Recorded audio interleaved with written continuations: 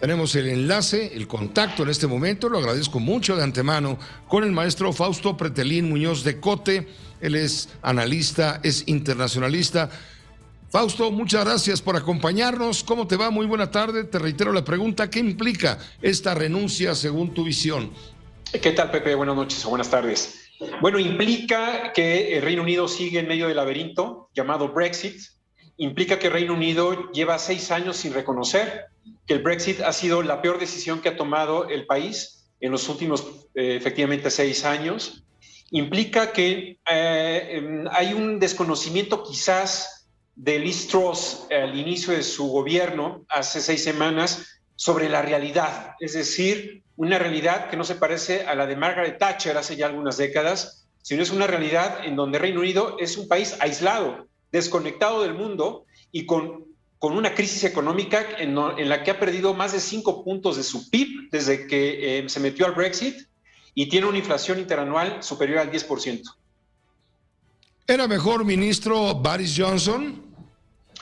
Era más experimentado, era más preparado quizás, no sé si preparado sea la palabra correcta, pero era más despistado o más orgulloso de sí mismo, confiado e irrespetuoso con el país. Es decir, él hizo las reglas de la pandemia, de los confinamientos, y él mismo fue el primero el que las violó.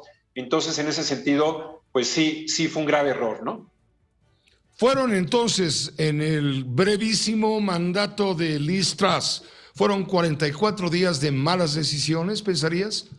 Sí, particularmente su programa fiscal, Pepe, fue un programa fiscal muy radical, yo diría, de una derecha radical, en el sentido de que, pues sí, le iba a cobrar pocos impuestos a los millonarios, iba a dar ayudas con el tema sociales por el tema de la crisis energética a raíz de la guerra en Ucrania, pero no avaló ese programa organismos de fiscalistas, organismos de prestigio allá en Reino Unido. Ella de alguna manera, pues tomó la decisión libremente de llevar y empujar su programa fiscal y no fue nada bien tomado por los mercados, ¿no?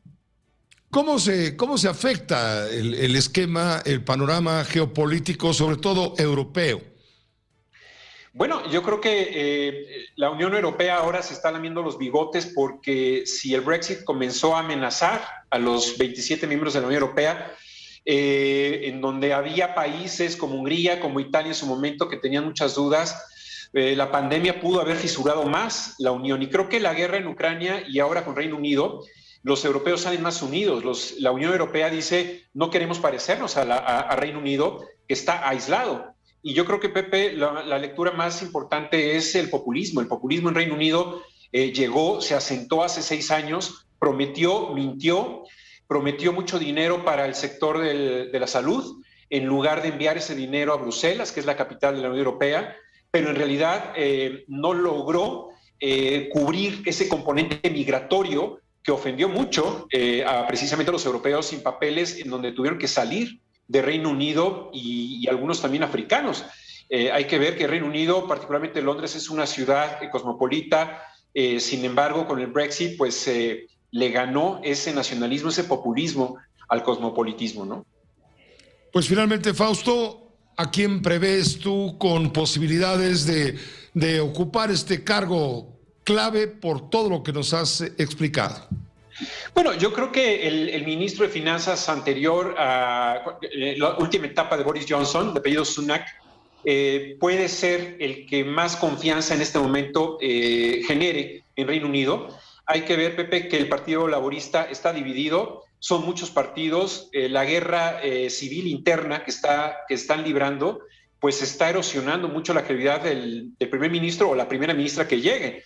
Entonces, en ese sentido, tienen que nombrar primero a alguien que cuestione y 2, alguien experto en temas económicos, porque no se pueden tomar decisiones a la ligera.